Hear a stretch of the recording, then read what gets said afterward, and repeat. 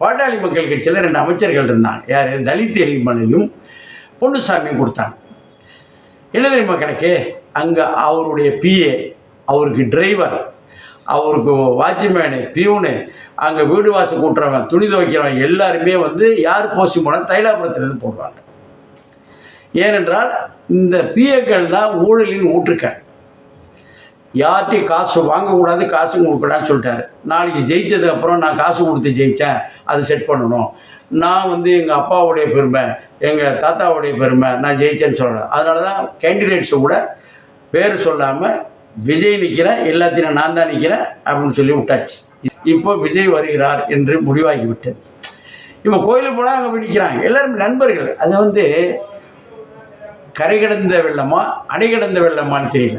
இதுக்கு வந்து முகராசின்னா ஒரு பெரிய செக்கச்சவேன்னு அப்படியே செவக்கொழுது மாதிரி எம்ஜிஆர் மாதிரி இல்லை. அவர் பேசலை, தென்துறை பேசல. அவர் தான் படத்தில் பேசிக்கிட்டே இருக்க. எம்ஜிஆரை கேட்டாங்க, உங்களுடைய கொள்கை என்ன? நாடோடி மன்னன் சொல்லிட்டு போயா அப்படின்ட்டார்.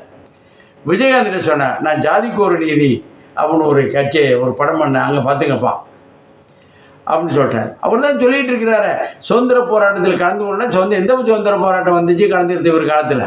அப்போ கலந்துக்கிடுச்சுன்னா போனாங்க, இதுக்குன்னு இன்னொருத்தர் வாங்கப்பா இங்கிலீஷால் நான் போராட்டம் பண்ணால் சொல்ல முடியும். இந்தி போராட்டத்தில் கலந்துட்டா இந்திய இப்போ கிடையாது. அப்படியே இருந்தாலும் மக்கள் ஆதரவுப்பட்டு முடிச்சிட்டாங்க, முடியாது. அதனால் விஜய் போகவில்லைன்னா அவர் தூங்குறது இல்லை. ஏன்னா நைட்டு 2 மணி ஒரு ஃபைட் சீன் எடுப்பாங்க, நான் பார்த்துருக்கேன். காலையில் 6 மணிக்கு டான்ஸு, அது வேறு விங்கு வந்து உட்காந்துடும்.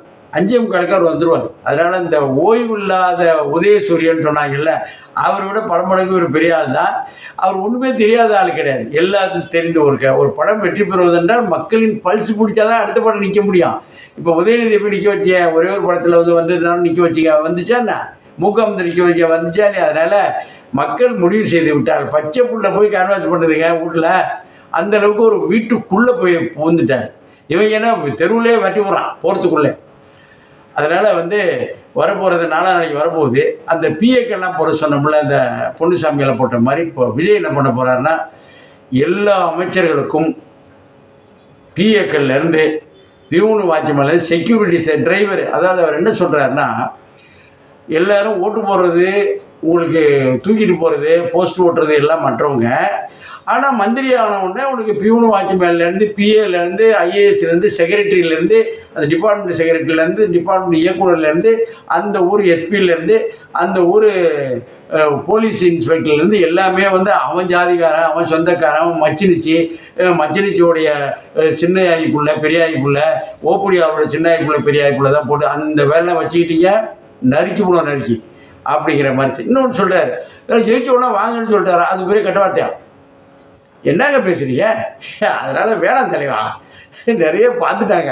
ஒரு படத்தில் நாகேஷ் கேட்பார், இந்த காதை காமிச்சு கேட்பார், என்னன்னு அது என்ன குத்தி இருக்கு, அப்புறம் ஏன் சார் குத்துறதுலேயே குத்திட்டு இருக்கிறீங்க? நீ வரணும் இல்லை நான் வரணும், வேற ஒன்றும் வரவே கூடாதா?